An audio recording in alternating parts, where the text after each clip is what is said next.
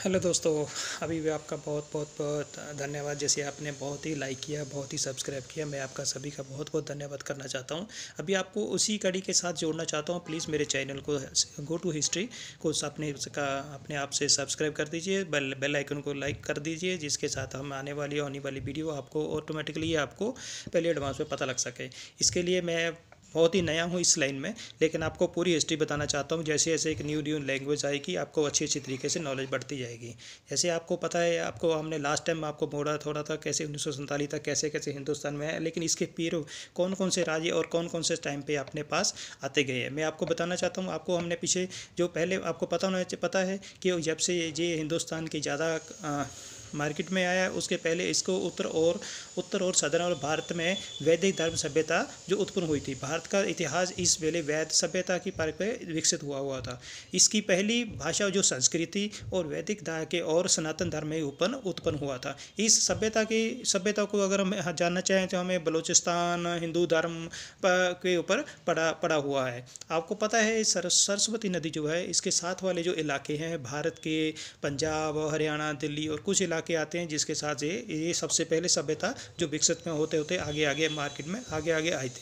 इसके अलावा इसके अलावा आगे ही इसके सरस्वती सभ्यता के नाम पे इसको दिया गया था, हिंदू सरस्वती सभ्यता नाम दिया गया था, जिसके बाद में इसको हड़प्पा सभ्यता ही था ये पहले मिला। ईसा पूर्व के 7वीं और 6वीं शताब्दी के अंदर जैन धर्म बौद्ध धर्म का बहुत ही लोकप्रिय ये सबसे पहले धर्म आया। उस वक्त इसके राजा जो थे अशोका, जो ईस्वी 265 से लेकर 241 ईसा पूर्वी तक ये उन्होंने राज किया।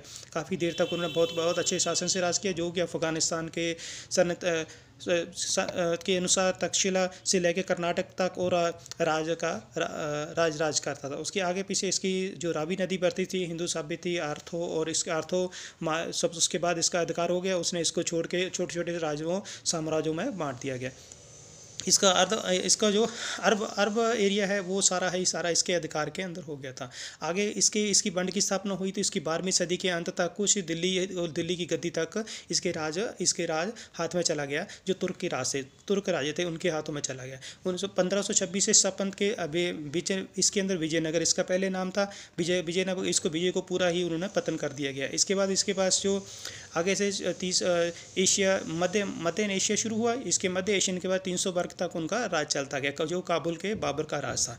बाबर ने 300 साल तक राज किया। इसके बाद उसके बाबर का जो पोता था अकबर, उसने इसको हासिल कर लिया, अपने उसको अपने करके कत्ल करके अपने उसके ऊपर हासिल कर लिया। इसके बाद इसने जजिया कानून था, जो जजिया कानून लगा हुआ था, जजिया कानून को लगा दिया गया। जजिया कानून बहुत ही मतलब माड़ा कानून बोला गया था। 1659 में जब औरंगजेब आ गया, उसको फिर जजिया कानून था जो लागू कर दिया गया था। उसके बाद सेंटर और दिल्ली भारत में शिवाजी और मराठी शक्ति ने बहुत ही साम्राज्य कायम कर लिया था। और उत्तर की ओर से सिखों ने अपना राज कायम करना शुरू कर दिया था। इस औरंगजेब की 1707 में मौत होने के बाद जो सभी राज्य थे बाद में छोटे छोटे करके बांट गए और दिल्ली अंग्रेजों के हवाले हो गए। और इसको 1947 तक 1857 से लेकर 1947 तक इसने अंग्रेजों के अंदर राज। इसके बाद इसका पूरे का पूरा हिंदुस्तान बाद में 1947 में विकसित हुआ और डेवलप हुआ।